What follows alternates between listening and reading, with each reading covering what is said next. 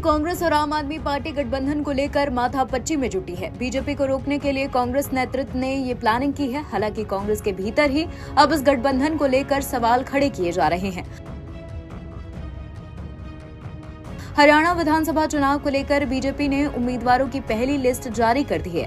उधर विपक्षी खेमे में शामिल कांग्रेस और आम आदमी पार्टी अभी गठबंधन की राह तलाशने में जुटे हैं। दोनों ही खेमे पिछले कुछ दिनों से लगातार गहन विचार विमर्श में जुटे हुए हैं।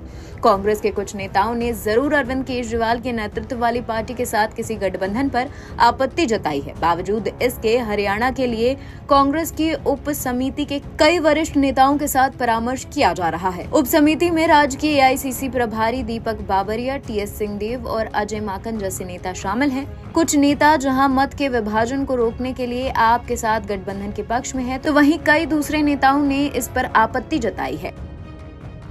खबर है इसको लेकर खास तौर से पूर्व मुख्यमंत्री भूपेंद्र सिंह हुड्डा खेमे में खासा विरोध हो रहा है। कहा जा रहा है कि हरियाणा कांग्रेस के कई नेताओं आपके साथ गठबंधन से खुश नजर नहीं आ रहे हैं।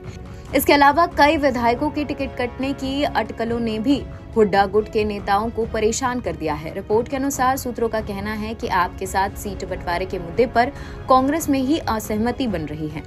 नौबत ये आ गई है कि हरियाणा कांग्रेस विधायक दल की बैठक में नेता हुड्डा पार्टी की बैठक से बीच में ही उठकर चले आए।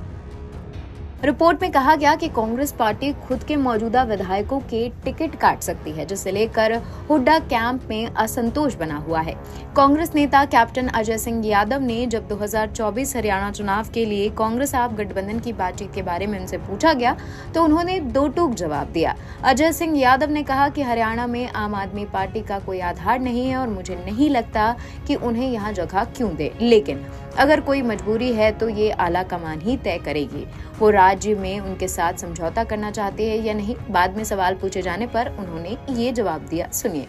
बाकी बचे सीटों पर कब तक फैसला हो जाएगा?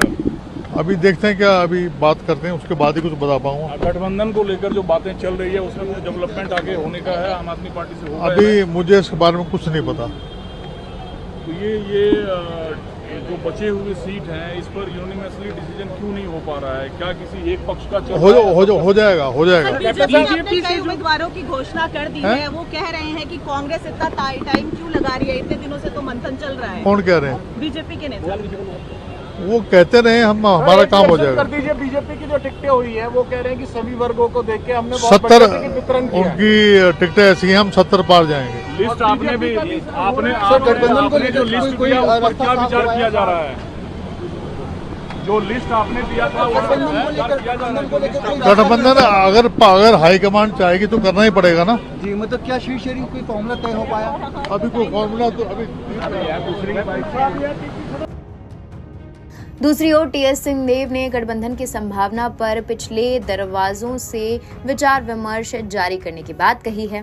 प्राइमरी स्टेज पे कंसल्टेशन लगभग कंप्लीट, जिनसे कंसल्ट करना था सीनियर लीडर से, वो कंसल्टेशन लगभग कंप्लीट हो गया है। जिन्होंने अपनी बात रखनी थी वो रख दी है। किसी के मन में ये था कि अच्छा हम लिख के दे देंगे, तो उनको समय दिया गया है कि आप लिख के भी दे दें। कोई और सजेशन आपके अगर छूट गए हो तो आप लिख के भी दे दें। अब कल जो फाइनलाइजेशन एक होगा, वो सारी बातों को ध्यान में रखते हुए रीजन विनेबिलिटी क्राइटेरिया नंबर 1 हमेशा विनेबिलिटी होना ही चाहिए।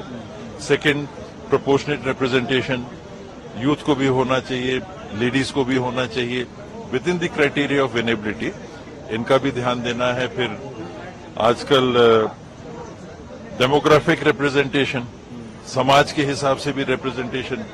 अब 100 अगर उपजातियां हैं तो टिकट तो 90 ही है, तो सबको भी नहीं हो सकता। फिर भी जितना पॉसिबल है विनेबिलिटी को ध्यान में रखते हुए वो प्रयास किया जाएगा। अलायंस नेशनल इश्यूज को लेके अलायंस बना था। जो चैलेंजेस राष्ट्रीय स्तर पे हमारे सामने थे, संविधान से लेके अनएम्प्लॉयमेंट से लेके महंगाई से लेके डिफेंस से लेके अग्निवीर, ये नेशनल इश्यूज से जिसको हम सब ने जरूरी समझा कि एक प्लेटफॉर्म पे आके हमको लड़ना चाहिए, नहीं तो जिसको 35% वोट मिलते हैं वो सरकार छाती पीट के चला रहा है। 56 इंच का सीना उनका है जिनको 35% वोट मिलते हैं। और 65% है, उसकी कोई सुनवाई नहीं, उसकी कोई आवाज नहीं रह जा रही है पार्लियामेंट में। आप बहुमत के नाम पे कुछ भी लेजिस्लेशन पास कर दे रहे हैं। हरियाणा विधानसभा चुनाव के लिए कांग्रेस और आप के बीच सीट बंटवारे पर बातचीत जारी है। दोनों ओर से कड़ी सौदेबाजी हो रही है। हरियाणा में 90 सीटों में से 5 अक्टूबर को मतदान होगा और मतगणना 8 अक्टूबर को होगी।